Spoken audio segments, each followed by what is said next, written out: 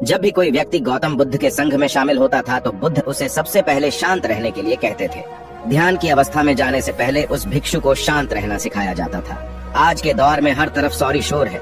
इसकी वजह से दिमाग में तनाव पैदा होना लाजमी है। ऐसे में अगर आप हर रोज कुछ देर मौन रहने का अभ्यास करते हैं तो इससे आपके तनाव पैदा होने वाले हार्मोन के लेवल में कमी आती है। इससे आपका दिमाग शांत होता है, गुस्सा नियंत्रित रहता है और तनाव बढ़ाने वाले हार्मोन्स का लेवल घटता है। आज के इस वीडियो में हम जानेंगे कि किन मौकों पर हमें शांत रहना है और किन मौकों पर हमें बोलना है और शांत रहने से हमारे अंदर क्या बदलाव आ सकता है। दोस्तों, संध्या काल का समय था।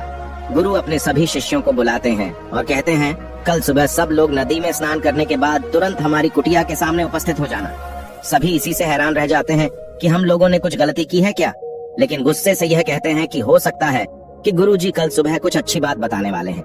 सब लोग रात को सही समय पर सो जाते हैं और सुबह उठकर सभी लोग नदी में स्नान करने के बाद वापस गुरुजी के सामने उपस्थित हो जाते हैं। गुरु कहते हैं, आज हम तुम सबको चुप रहने के फायदे के बारे में बताऊंगा। गुरु कहते हैं, 10 मौके जहां पर चुप रहने से होता है लाभ और बोलने से नुकसान। गुरु कहते हैं, अगर आप इन 10 मौकों पर शांत हो गए यानी मौन हो गए तो आप जो चाहेंगे वही मिल जाएगा। आपकी जिंदगी में चमत्कारिक बदलाव शुरू हो जाएंगे। जरूरत से ज्यादा बोलना या चुप रहना दोनों ही अच्छी बात नहीं है। जैसे जरूरत से ज्यादा बारिश हो जाना या फिर धूप दोनों ही दिक्कत देती है, उसी तरह अनावश्यक बोलने से भी काफी नुकसान होता है। गुरु कहते हैं कि पहला ऐसा मौका जहां पर व्यक्ति को चुप रहना चाहिए, बिना तथ्य के ना बोले। गुरु ने कहा, अगर आपके पास कोई तथ्य नहीं है तो वहाँ चुप रहने में ही भलाई है। चुप बैठने से दिमाग में नई कोशिकाओं का निर्माण होता है और इससे ज्ञान की वृद्धि होती है। बोलने में भलाई वही है जहाँ आपको किसी चीज के बारे में पूरा ज्ञान हो। अगर आप बिना तथ्य के कहीं बोलते हैं या फिर बेवजह बोलते हैं तो आपका वहाँ मजाक भी बन सकता है। अगर आपके पास पर्याप्त जानकारी नहीं है, ऐसी जगह पर बोलने से आपका मजाक तो बनी रहेगी, साथ ही साथ लोगों का भरोसा भी आपसे उठने लगेगा। इसलिए ऐसी जगह पर शांत रहो जहां तुम्हें पता ना हो कि क्या बोलना है क्या नहीं। कई बार कुछ लोग ऐसे होते हैं जो हर जगह अपनी उपस्थिति बताने लगते हैं। उन्हें पता नहीं होता है कि हमें क्या बोलना है, लेकिन फिर भी बोलते जाते हैं और फिर बाद में दूसरे लोग उनके जाने के बाद उनका मजाक उड़ाते हैं। जब तक आपको उस तथ्य के बारे में अच्छा ज्ञान नहीं है, उसके बारे में पता नहीं है, तो वहाँ चुप रहना ही ज्यादा समझदारी है। गुरु ने कहा, दूसरा ऐसा मौका जहाँ पर व्यक्ति को चुप रहना चाहिए। शब्दों से न पहुंचे ठेस। अगर आपके शब्द किसी को मानसिक ठेस पहुंचा रहे हैं तो वहां चुप हो जाना चाहिए। कमजोर व्यक्ति के बारे में कुछ भी बोलकर आप महान नहीं बन सकते हैं। महान आप किसी कमजोर का साथ देने में बनेंगे। कई बार होता है कुछ लोग अपने से छोटे व्यक्ति को भला बुरा कहते रहते हैं। सामने वाला इंसान तो कद से आपसे छोटा है, वह आपको कुछ नहीं बोलेगा, लेकिन आप उसकी नजरों में गिरते चले जाएंगे। हो सकता है कि कल वह भी आपसे पद में बड़ा हो जाए। पद में आपसे जब वह बड़ा हो जाएगा तो आज जो रवैया आपका उसके साथ है, आने वाले समय में वह भी आपके साथ वही करेगा। आप किसी को नीचा दिखाकर बड़ा नहीं बन सकते हैं। बड़ा बनना है तो अपने से छोटे लोगों का इज्जत भी करना सीखें और साथ ही साथ बड़े लोगों का भी सम्मान करना चाहिए। लोगों को लगता है कि अगर वह अकड़कर बोलेंगे और सामने वाले को नीचा गिराने की कोशिश करेंगे तो वह बड़े बन जाएंगे, तो यह उन सब की भूल है। बड़े होने की बजाय आप उनकी नजरों में गिरते चले जाएंगे। गुरु ने आगे कहा, इसलिए शिष्यों, तुम सब जब भी बोलना आदर भाव से बोलना ताकि तुम्हारी बात लोगों को अच्छी लगे। बोलने में भाई बहन, माता पिता, मित्र इत्यादि संबोधन शब्दों का इस्तेमाल जरूर करना। इससे तुम्हारी मान प्रतिष्ठा तो बढ़ेगी ही, साथ ही साथ लोगों की नजरों में तुम समझदार व्यक्ति बनते जाओगे। गुरु ने आगे कहा, तीसरा मौका जहां पर व्यक्ति को चुप रहने में ही भलाई है। क्रोध या घृणा करने वाले लोग, जब कोई अपना या सगा संबंधी आप पर क्रोध कर रहा हो, आपका अपमान कर रहा हो, तो आपको उस वक्त चुप रहना चाहिए ताकि सामने वाले का गुब्बारा पूरी तरह से फट जाए। आप यदि सही हैं तो उसे कतई माफीनामा गए और चुप रहकर ही सही समय का इंतजार करें। वह खुद आपसे माफी मांग लेगा जब उसे अपनी गलती का एहसास हो जाएगा।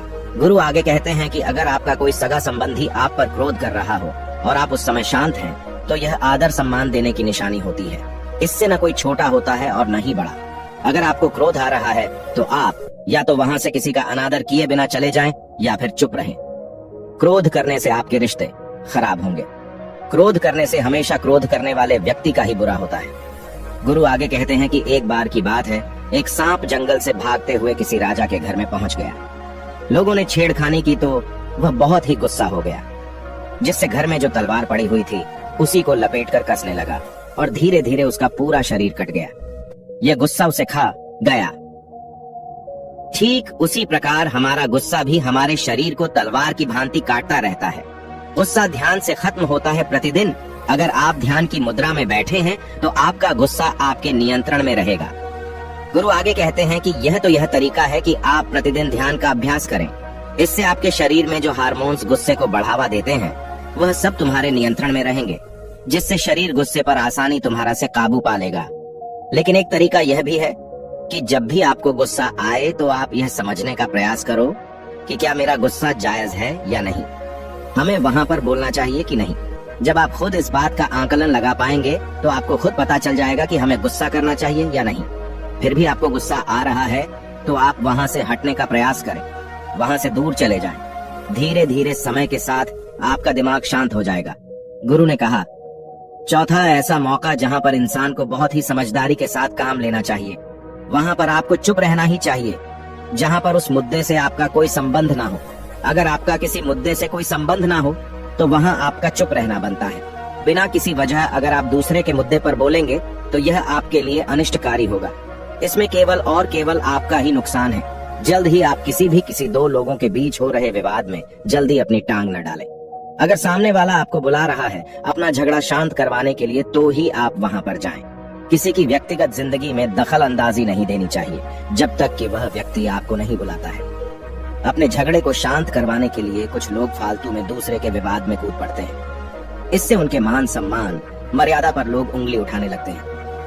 गुरु कहते हैं कि 10 मौकों में 5वां ऐसा मौका जहां पर व्यक्ति को बहुत ही समझदारी के साथ चुप रहना चाहिए। आपके शब्दों से किसी मित्र को हानि न पहुंचे।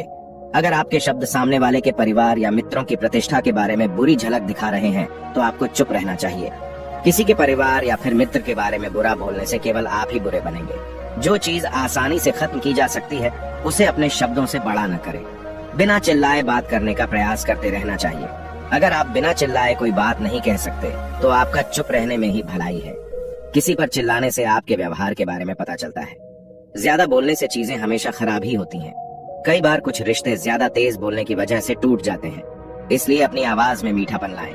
आपके शब्दों से आपके दोस्त को हानि नहीं पहुंचनी चाहिए। कभी कभी दोस्तों के जब हम मजाक हैं तो रहे कि आपके शब्दों से किसी का अनादर ना हो। मजाक को भी हमेशा शब्दों के मायने में ही रखें। जहाँ किसी को शब्दों से चोट लगे वहाँ चुप हो जाएं। ज्यादा बोलने से हमेशा नुकसान ही होता है। किसी और की प्रतिष्ठा को अपने शब्दों के माध्यम से उसे हानि नहीं पहुंचानी चाहिए। यदि आपके शब्दों से किसी और की प्रतिष्ठा को ठेस पहुंच रही है तो वहाँ आपको चुप हो जाना चाहिए। जब कोई व्यक्ति आपके सामने नहीं है तो आप उस व्यक्ति के बारे में बुरे शब्द किसी तीसरे व्यक्ति के सामने न बोलें। गुरु कहते हैं, छठा मौका जहाँ पर व्यक्ति को चुप रहना चाहिए, जब कोई कर रहा हो किसी की बुराई। जब कोई आदमी आपके सामने किसी तीसरे आदमी की बुराई कर रहा हो तब तुम्हें चुप रहकर बस सुनना चाहिए। अपनी राय व्यक्त नहीं करना चाहिए, क्योंकि जो आज आपके सामने किसी तीसरे की बुराई कर रहा है वह कल किसी और के सामने आपकी बुराई भी कर सकता है। यदि आपने कुछ कहा है तो नीति शास्त्र के अनुसार जो अपने मुंह को बंद रखता है और बुद्धि से काम करता है वही इंसान समझदार होता है। बिना जरूरत के बोलना, किसी के बारे में किसी के बीच में बोलना यह गलत बात है। कभी कभी हमारे लिए बुद्धिमानी इसी में होती है कि हमें अपना मुंह ऐसी जगह पर नहीं खोलना चाहिए। गुरु आगे कहते हैं कि 10 मौकों में 7वां ऐसा मौका जहाँ पर व्यक्ति को चुप रहना चाहिए, जब कोई नहीं समझे आपकी भावना।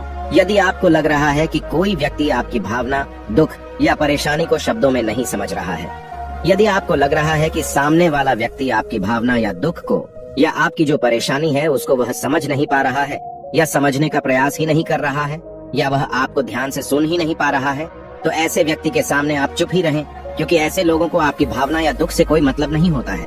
ऐसे लोगों को अपना राज बताकर आप पछताएंगे ही बाद में। इसलिए हर किसी को अपने मन की बात नहीं बतानी चाहिए। अगर आपको लग रहा है कि सामने वाला आपकी बात को नहीं समझ पा रहा है, आपकी भावनाओं को नहीं समझ पा रहा है, तो वहाँ पर आपको नहीं बोलना चाहिए, क्योंकि आज में आपका मजाक ही बन जाएगा जब आपको लगने लगे कि सामने वाला आपकी भावनाओं को ठीक तरीके से समझ रहा है, आप जो कह रहे हैं वह ठीक से सुन रहा है, तभी आप उसे अपनी बात कहें। गुरु कहते हैं कि 8वां मौका जहाँ पर आपको चुप रहना चाहिए, जब कोई इंसान अपना दुख व्यक्त करे। यदि कोई इंसान अपने दुख या परेशानी को आपको बता रहा है तो इसका मतलब यह है कि वह आपको अपना समझ रहा है। ऐसे में तुरंत ही उसे समाधान बताने के बजाय चुप रहकर उसके दुख या समस्या को सुने। उसके दुख या समस्या को किसी और को न बताएं। वह इसलिए नहीं बता रहा है कि उसकी समस्याओं का समाधान कर देंगे, बल्कि वह इसलिए भी बता रहा है कि सामने वाला उसकी बात को समझ रहा है। कई बार बताने से दुख कम हो जाते हैं। आपको अपना दुख इसलिए बता रहा होगा कि उसे लग रहा है कि आप उसकी बात को समझ रहे हैं। दुख बांटने से कम हो जाता है।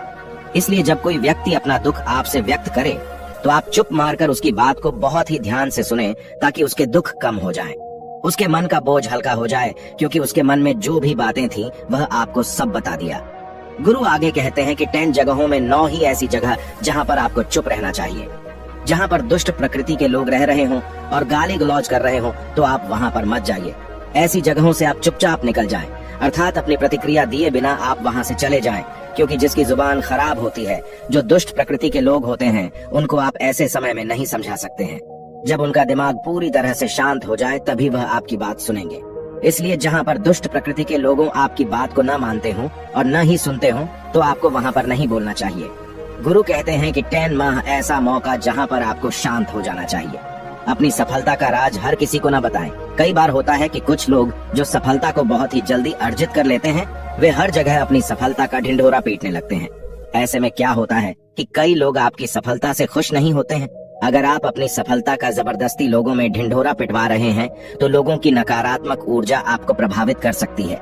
जब आप सफल होंगे तो सबको पता चल जाएगा कि आप सफल हो गए हैं। ढिंढोरा पीटने से नुकसान आपका ही होगा। इतना कहकर गुरु ने कहा, शिष्यों, आज के लिए बस इतना ही। अगर तुम सब मेरी इन 10 बातों को अपने जीवन में अपना लेते हो तो तुम सब काफी हद तक परेशानियों से बचे रहोगे। यहाँ से जाने के बाद मेरी यह बातें आपके जीवन किसी वरदान से कम साबित नहीं होंगी। दोस्तों, मुझे उम्मीद है इस वीडियो से आपको बहुत कुछ सीखने को मिला होगा। अगर आप नए हो तो हमसे जुड़ने के लिए इस चैनल को सब्सक्राइब करना मत भूलिए।